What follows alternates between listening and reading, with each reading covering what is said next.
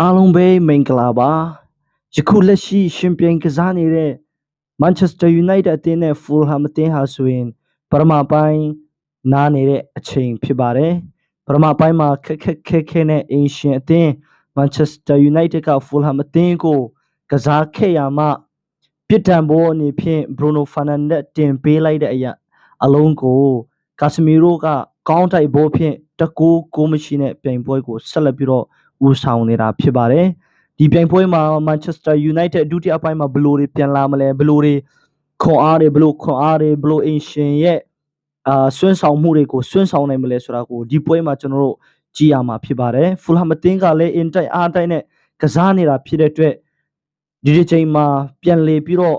အဝေးခွင့်မှာအနိုင်ယူနိုင်မလားဆိုတာကိုကျွန်တော်တို့စောင့်ကြည့်ရမှာပဲဖြစ်ပါတယ်ပွဲကတော့တကယ်စိတ်ဝင်စားပါတယ်ပရိသတ်တွေမကြည့်ရသေးတဲ့သူတွေကြည့်ဖို့ရန်အတွက်လည်းဖိတ်ခေါ်ခြင်းတို့ကြည့်နေတဲ့သူလည်းဆက်လက်ပြီးတော့ကြည့်ရှုဖို့ရန်အတွက်လည်းအားလုံးကိုဖိတ်ခေါ်ခြင်းပါတယ်ဒီညပွဲမှာဘယ်သူအနိုင်ယူပြီးတော့ဘယ်သူတွေအဆင့်တက်လာနိုင်မလဲဆိုတာကိုကျွန်တော်စောင့်မျှော်ရမှာဖြစ်ပါတယ် Manchester United ကတော့လက်ရှိမှာအိမ်ခွဲမှာတကူကိုမရှိနဲ့အနိုင်ယူနေတာကိုကျွန်တော်တို့တွေ့ရတာဖြစ်ပါတယ် Come on guys bye bye